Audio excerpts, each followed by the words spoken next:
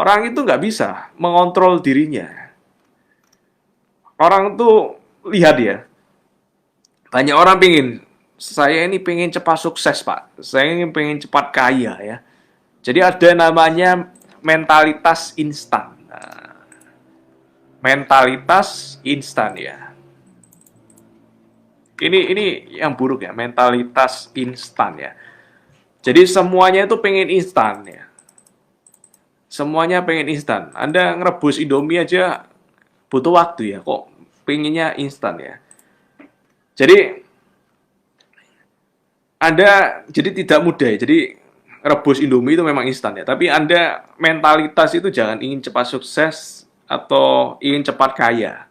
Ada yang namanya proses ya. Ada yang namanya proses. Dan ini di video kali ini, di live kali ini saya akan membahas tentang ini ya. Ini sangat dasar ya, sebuah konsep yang sangat dasar ya.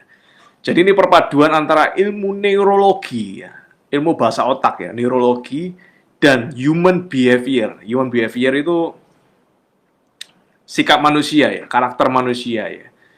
Nah, itu perpaduan antara dan psikologi. Jadi ini materi kali ini cukup ini ya, cukup cukup berat ya, cukup berbobot ya. Jadi, karena perpaduan dari ilmu neurologi. Karena kenapa saya bilang seperti itu? Karena saya certified ya, untuk NLP saya certified ya. Saya NLP certified practitioner ya. Sertifikasi saya dari Swiss, dari Florida. Jadi saya ada kompetensi untuk menjelaskan tentang neurologi ya. Yang kedua adalah ilmu human behavior ya. Itu yang kedua. Dan yang ketiga adalah psikologi. Jadi ini perpaduan dari tiga ilmu ini ya. Perpaduan dari tiga ilmu ini. Nah, jadi kita bahas materi kali ini ya. Nah, jadi kalau misalnya menurut ilmu neurologi itu kita ini manusia itu memang ketika diteliti struktur sel syaraf kita itu memang lebih cenderung suka hal yang mudah dan cepat ya. Itu sudah pada dasarnya manusia ya. Jadi pada dasarnya dan itu dieksperimen ya. Ternyata menurut eksperimen itu manusia itu memang lebih lebih suka untuk masuk di dalam kondisi comfort zone ya.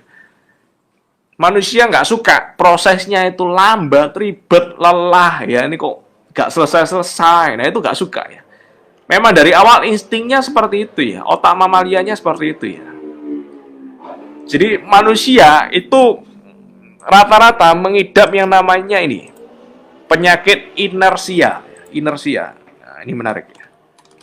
Ada namanya penyakit inersia. Inner double R. Nah, ini penyakit inersia. Nah, apa maksudnya? Inersia itu adalah orang yang terkena penyakit ini itu enggan ya dan malas untuk melakukan tindakan ekstra atau melakukan tindakan yang lebih rumit ya. Jadi ini kompleks sedikit aja ya, ribet sedikit aja itu nggak mau ya, nggak mau jalan. Susah sedikit aja nggak mau jalan dia. Nah ini penyakit inersia, inersia. Dan itu rata-rata manusia dihinggapi semua orang ya, termasuk saya juga. Oleh karena itu kita harus lawan ya, harus lawan. Ini penyakit inersia. Jadi rumit sedikit ya, butuh kerja keras sedikit aja, itu udah nggak mau dilakukan. Ini penyakit manusia yang paling utama ya, penyakit inersia. Ini menurut ilmu neurologi ya, neurologi. Itulah kenapa ada konsep namanya orang susah, itu orang yang nggak mau susah ya. Jadi kalau Anda nggak mau susah, itu Anda akan jadi susah. Karena orang susah itu orang yang nggak mau susah. Nah itu camkan ya, penting-penting ya. Itu quote yang sangat menarik ya. Sangat menarik. Nah ini saya tulis di sini ya, quote. Orang susah itu adalah orang yang tidak mau. Orang susah adalah orang yang nggak mau susah ya. Yang nggak mau susah. Maksudnya gimana? Ribet sedikit nggak mau ya. Ribet sedikit nggak mau. Ini saya italik aja. Nah, ini saya tulis Roy Lee. Nah ini ya.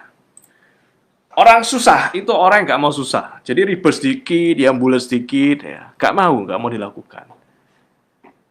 Orang Indonesia itu penyakitnya itu kan itu. Mikir ya, mikir bekerja sedikit ya, ekstra, lebih sedikit ekstra. Tekun lebih sedikit, lebih tekun, sedikit lebih banyak ya kan.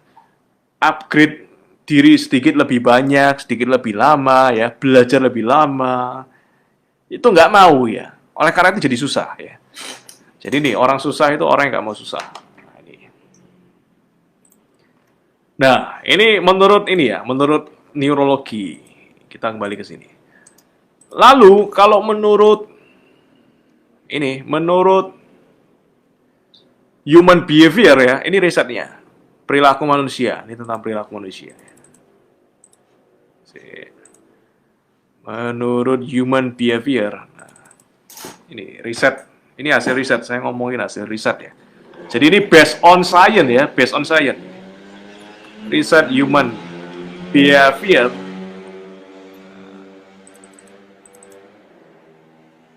Manusia itu cenderung lebih suka instant gratification ya. Nah, suka instant gratification. Ini cenderungnya ya. Manusia cenderung suka ya. Cenderung suka instant gratification. Nah, ini pakai F ya.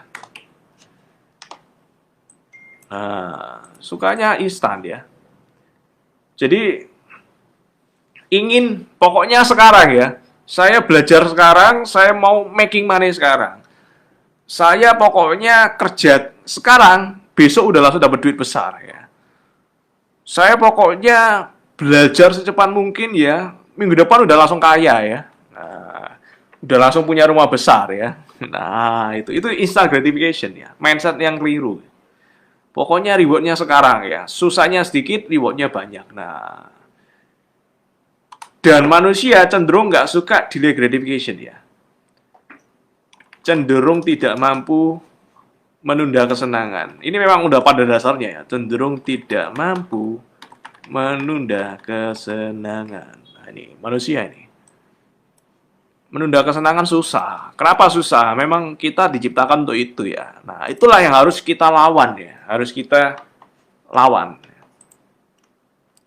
Contohnya ya, kita generasi milenial itu kita lebih suka ya rebahan di kasur, itu lebih enak ya, sambil scroll HP dapat duit ya, itu kan enak banget ya. Nggak di mana lagi ya pekerjaan seperti itu ya. Kita rebahan di kasur, scroll HP ya kan, dapat duit banyak ya, ratusan juta tiap bulan. Nah, pinginnya kan semua orang kayak gitu.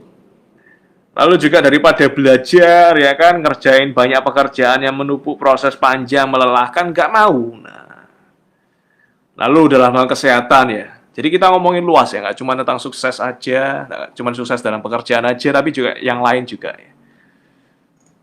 Oh, pengennya sehat, pengennya langsing, tapi semuanya dimakan ya, semuanya dimakan. Daging, beef ya, steak, apa semua dimakan ya. Tapi pengennya mau langsing ya, pengennya berat badan turun. Tapi maunya makan enak. Nah, saya per hari ini ya, itu sudah hari ke-8 ya. Jadi saya bikin habit baru ya. Dan ini udah 8 hari. Ini hari ke-8 saya nggak makan daging sama sekali ya. Baik itu daging ikan, daging, semua daging ya. Ikan, ayam, beef ya. Semua daging itu saya nggak makan. Saya cuma makan nasi, sayur. Udah, buah ya, titik udah. Nggak makan semua hal yang berbau hewani ya. Jadi vegetarian ya. Saya hari ke-8 ini vegetarian. Saya udah lolos 1 minggu vegetarian. Ini rencana saya sampai 30 hari lah. Jadi di dream list saya itu kan ada. Saya bikin dream list itu udah lama sekali ya. Jadi bertahun-tahun yang lalu saya bikin. Saya pengen gimana bisa punya challenge dalam 30 hari. Saya nggak makan daging sama sekali. Jadi vegetarian selama 30 hari. Bisa nggak? Kuat nggak ya? Jadi kemauan itu diuji ya, kemauan diuji ya. Punya kemauan yang keras nggak? Nah, itu diuji ya. Ini game yang menarik ya. Walaupun di sekeliling saya semua ya, satu rumah makannya daging semua kecuali saya. Nah, ini kuat nggak? Nah, ini adalah konsep untuk memaksakan diri untuk mendelay gratification. Gimana cara otot delay gratification ya, otot menunda kesenangan itu terbentuk ya. Ya itu bisa teman-teman bisa pakai juga testing ya, habit membuat habit yang dulu saya dari dulu tuh suka makan daging ya. Jadi kalau makanan nggak ada daging itu saya nggak makan. Ya itu prinsip saya dulu ya. Jadi prinsip saya itu pokoknya makanan nggak enak ya nggak saya makan. Mending saya beli di luar. Nah itu ya. Sekarang saya coba dibalik ya. Gak ada daging ya, jadi makan semua boleh kecuali daging. Daging ikan, sapi, ya, ayam, semuanya. Ya. Saya nggak makan. Cuma nasi, sayur, buah, sudah. 3 hal itu muter-muter sudah. Nah, tempe, tiap hari makan tempe, tahu, itu tiap hari ya. Nah, itu. Itu prinsip ya, otot untuk mengolah otot ini. Delay gratification, menunda kesenangan. Nah, orang-orang mau badannya langsing, mau berotot ya, tapi nggak suka nge-gym, nggak suka olahraga. Padahal tahu yang namanya kalau badan berotot harus olahraga. Nggak bisa minum susu, terus tiba-tiba badan berotot, itu nggak bisa. Atau nggak bisa membayar orang seluruh olahraga, badan kita yang jadi berotot, nggak bisa. Nah, itu.